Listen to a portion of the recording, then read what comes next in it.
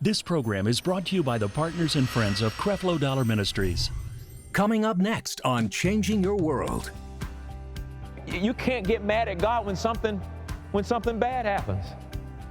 You know, if something good happens, great. But if something bad happens, it's still got to be great. Until you can get to that point, you're always going to be a candidate to be broken and hurt. You got to come to a place in your life where I'm content. You know what you're saying? You're like, God, I trust you. That's why I'm content. It's because of you. Calling all men from around the world. Join us for Mentality 2020. A man that cannot control his emotions is the weakest man on the planet. I'm nervous to share this message with you today. I got an honest question. Because it's going to get nitty and gritty. We should be able to talk about certain stuff. Real men, real talk. Join us for a revival of manhood at the Mentality Men's Conference. You don't want to miss out. Register now at CrefloDollarMinistries.org.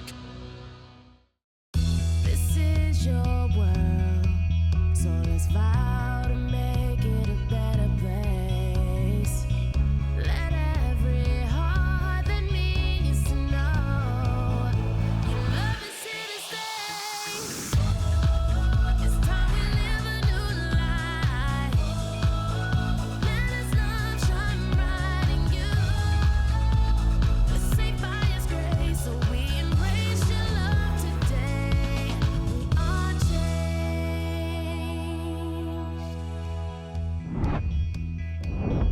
It is important for you to understand that the key to deliverance is getting your eyes off yourself. You remember when God sent those fiery serpents and they stung Israel, and then he had Moses to build a brass snake and put it on a stick, and he said whoever looked on the stick, that brass snake on the stick, they were healed. What was the key there? They got their eyes off themselves. And I know it sounds insensitive for me to even be saying that, but you got to get your eyes off the breakup. You got to get your eyes off yourself. The key to deliverance is getting your eyes off yourself and start focusing on that brass snake that's on that stick. Start focusing on Jesus like they focused on that snake on that stick. Somebody says, "Why it's got to be a snake?" Well, that was Jesus absorbing all the sins of the world, praise God, on himself, praise God. Now, let's look at this scripture in Joshua 1:8. Joshua 1:8. I want to grow forward. I don't want to just wake up and all I see is the obstacles to overcoming my broken heart. I want to grow forward. How can I do that? These are practical things you can do.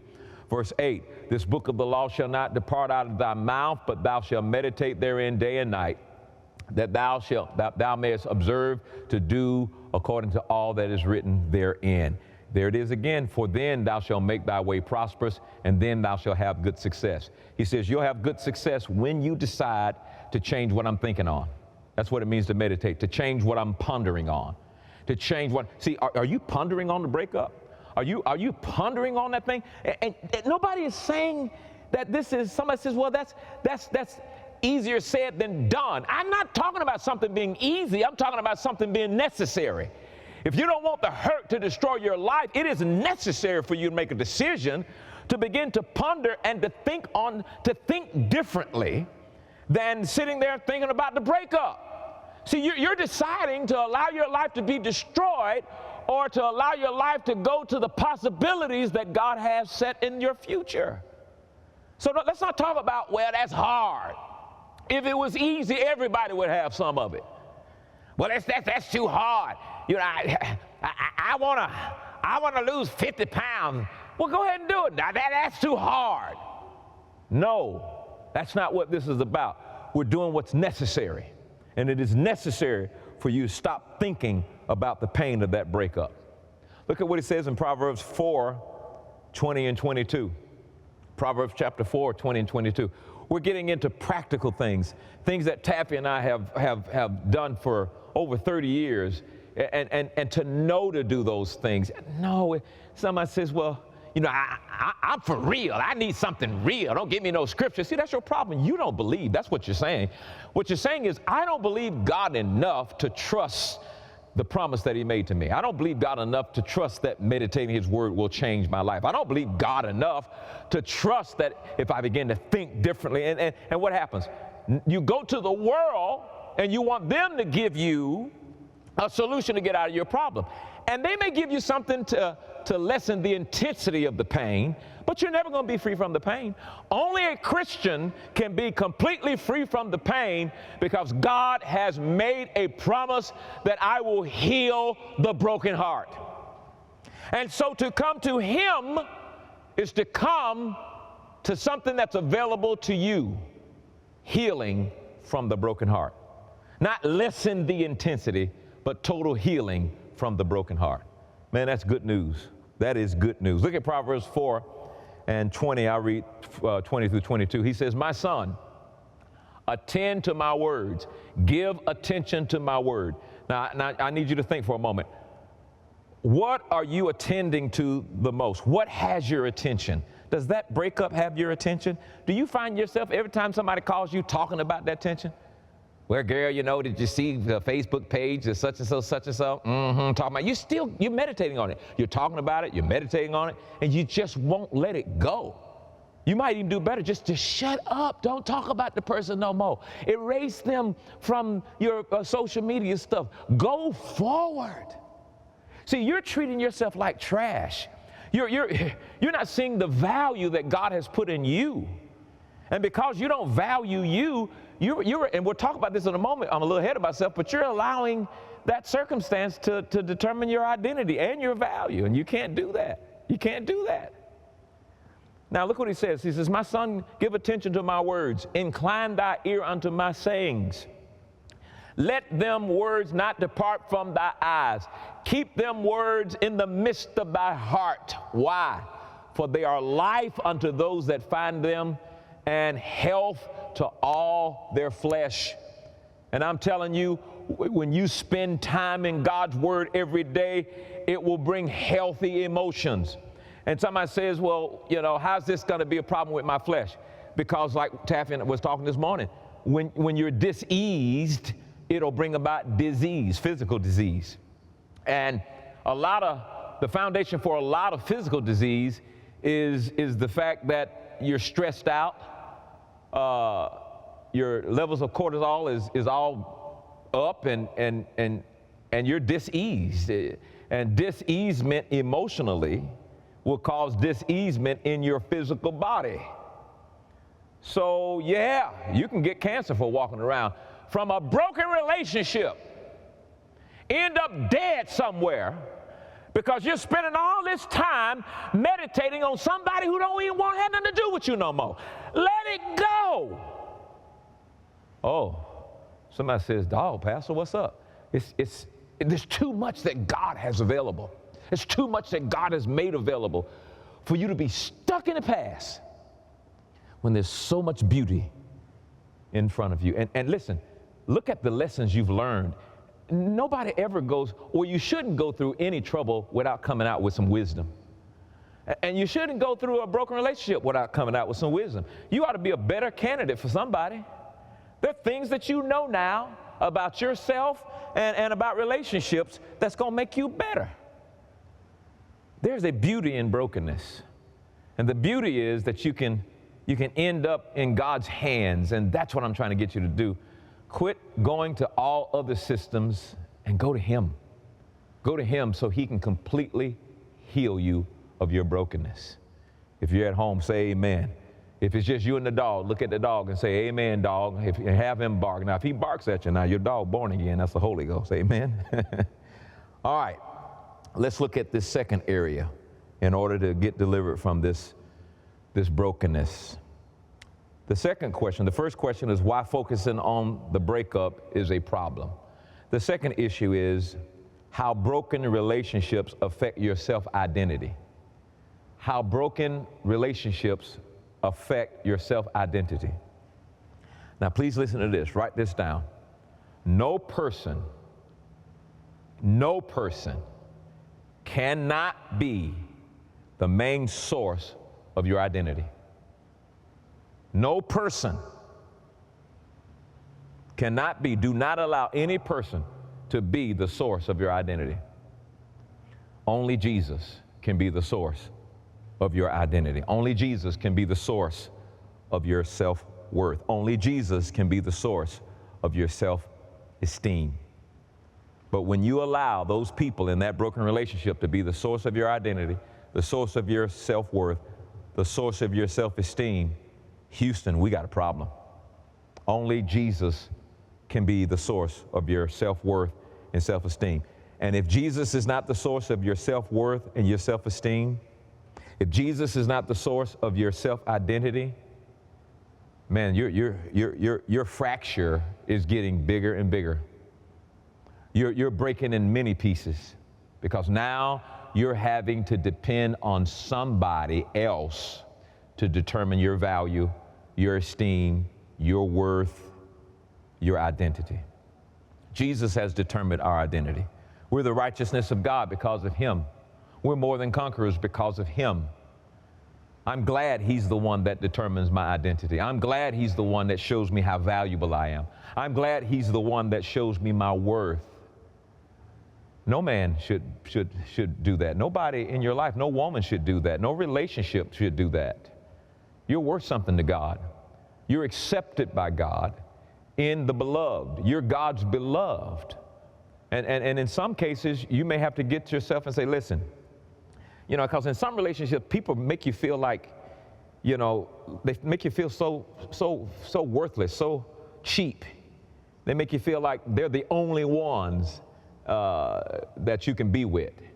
You know, they'll spend time just beating you up, and they'll spend time telling you how awful you are, and they'll spend time manipulating you. They'll spend time, you know, trying to make you feel like you're the source of all the problems, and you're not this, and they do little things like take a little extra skin and always picking at that. Look at that, you're getting fat, and you ain't but 98 pounds, and you're gonna let that person have that much power over you? When you are anointed and called by God, when you are accepted by God, when you are God's beloved, don't allow yourself to be abused by that kind of person. Because it takes a broken person to cause that kind of abuse. It takes a person with a fracture to cause that kind of abuse. The only reason they're making you feel worthless is because they feel worthless. The only reason that they try to devalue you is because they felt devalued.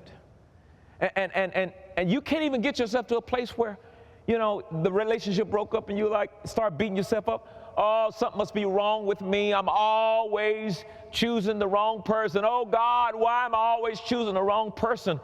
I don't think that's it at all. I think you choose to ignore the signals at the very beginning. I think you continue to choose to ignore the signals.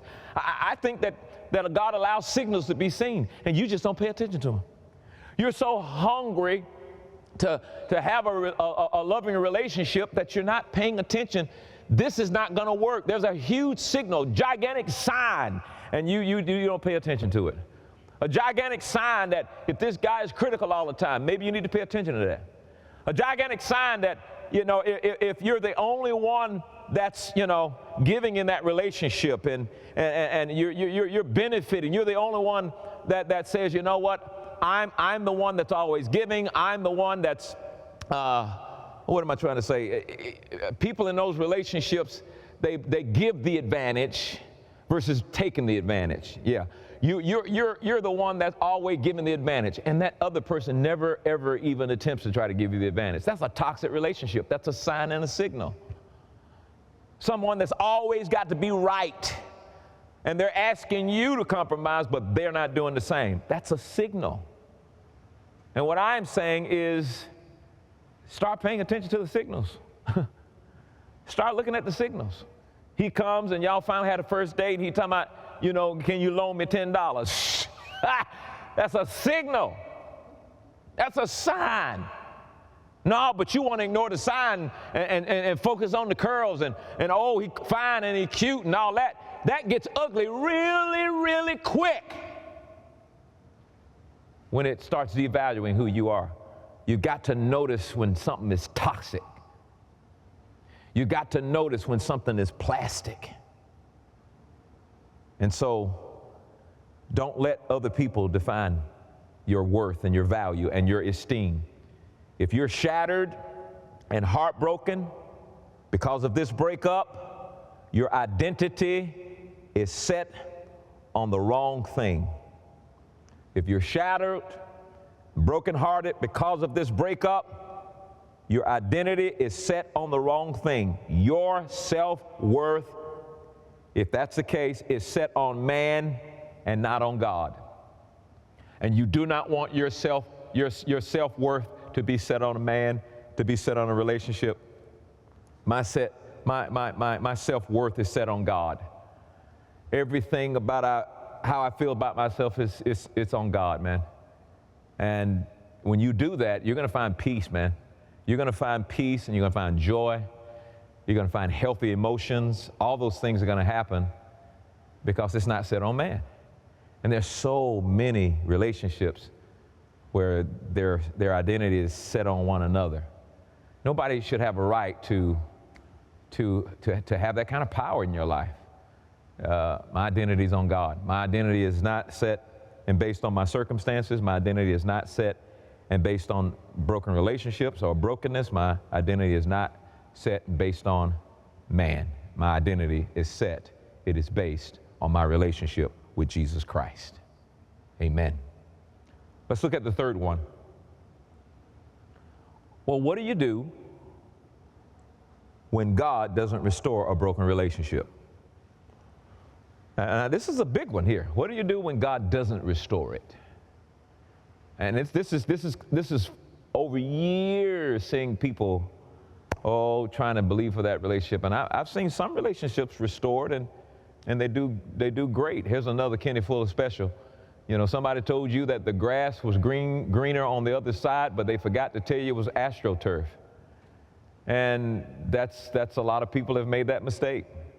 And in some of those cases, you know, praise God. God is about restoration. He restored us and all those kind of things. But what if he doesn't restore a relationship? There's some stories in the Bible where, you know, I remember Samuel wanted to have this relationship, and God told him, no, you've been called and set aside to do this particular thing. And I mean, he fell in love, and yet it did not happen. Listen to this very carefully. You've got to accept that this breakup happened. It happened. You need to quit fooling yourself. It happened. It's not there anymore. You were rejected. And I think something so powerful happens when you just finally accept this happened. Instead of going around, it's like if I fall down the steps, and on the way down, I'm like, you know, I didn't fall. I fell. It happened. And you've got to accept that the breakup happened. You've got to accept that. You've got to accept all the good and the bad that God allows into your life, including broken relationships. I've learned that. I've learned that when things happen in my life, good or bad, I've learned how to be content.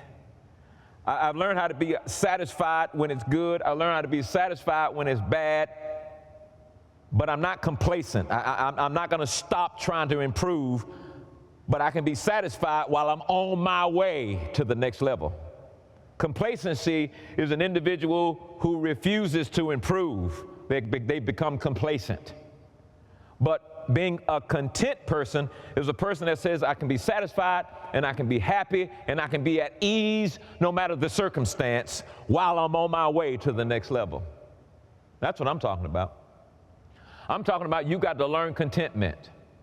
The Bible says godliness with contentment will produce great gain.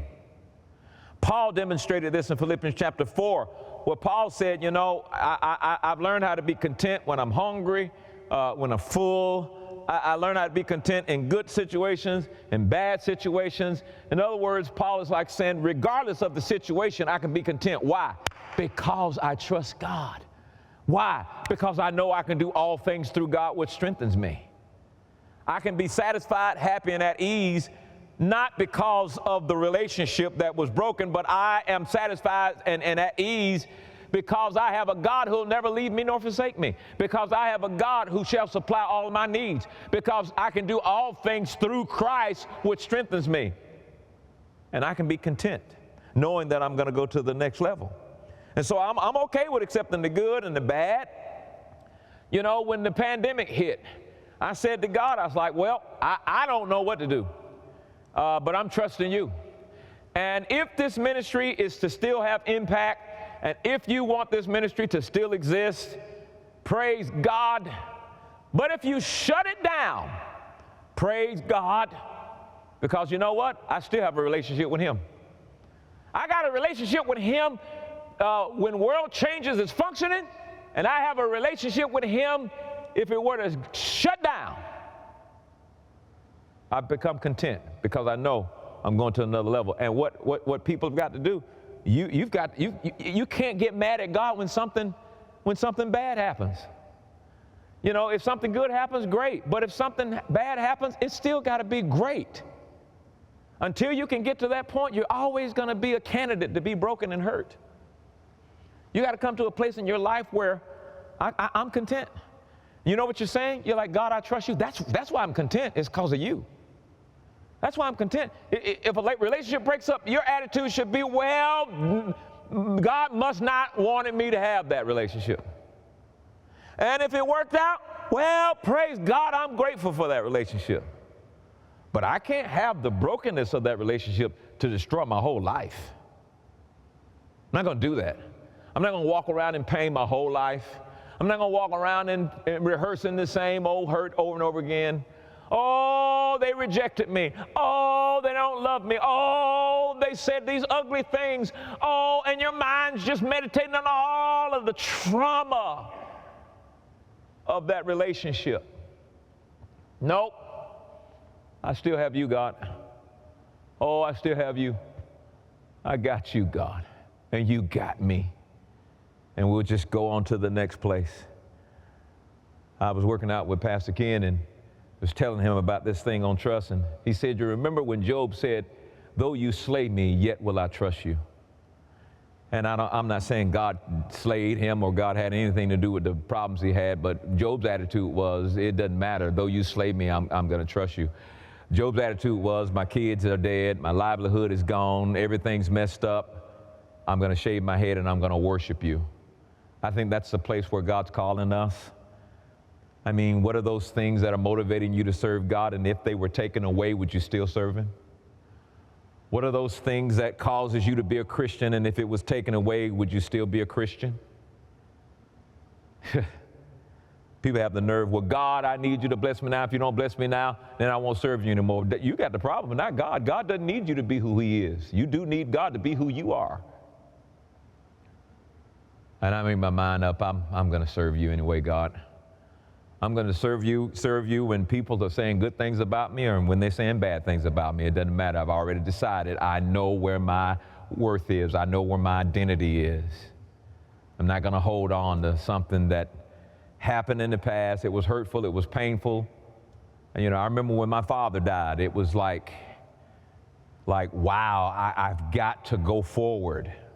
That was the first important person in my life that close that had passed. And it was like I tried to get away from it, but I'd have dreams and I'd pull up in the carport and I'd break down crying and tears would shed when I'm on the expressway and I went to his grave, and imagine going to the grave and, you know, I'm a junior, so there's my name there.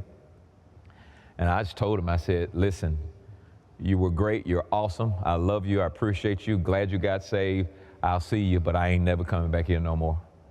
I said, I got to go forward. I got to go forward. When Jesus was in the Garden of Gethsemane and he began to sweat blood because he was taking on the whole sins of the world, the Bible says that stress hit his body. It was so stressed out that he began to shed blood. But Jesus said that he went forward. And I'm saying to some of you, you've never sweat blood before, but I'm saying it is time to go forward. Okay, you're not going to be able to repair everything in the past. Not everybody's going to agree with you. Not everybody's going to like you. Not everybody's going to be on your team. You got to go forward, because there's some amazing things that have been put on delay. There are some amazing things that have been put on pause. There are things that God has set up and made available to you. I mean, from the time you were born right now, and you hadn't arrived there yet because you've allowed the pain of brokenness to paralyze you and to short circuit what God had planned for your whole life. God promised to deliver us from unresolved brokenness and make us whole again. Creflo Dollar dives deep into this topic that affects all believers and discloses relevant truths to help you overcome brokenness. Today's offer is a 6-message series, How to Heal from Brokenness, and is available today for a love gift of $35 or more. If he started the good work, he's going to finish the good work. Now, I don't know where you are. I don't know what ditch you've fallen into. I don't know what philosophy you've been buying lately. But if God started the work, he will finish the work. He will use every crazy thing in your life to make sure that the work is finished. Why? Because he is faithful. As an added bonus, we have combined the How to Heal from Brokenness series with the powerful CD, Heart of Nations. This combo can be yours for a love gift of $45 or more. Don't miss this opportunity to order yours today. Calling all men from around the world. Join us for Mentality 2020.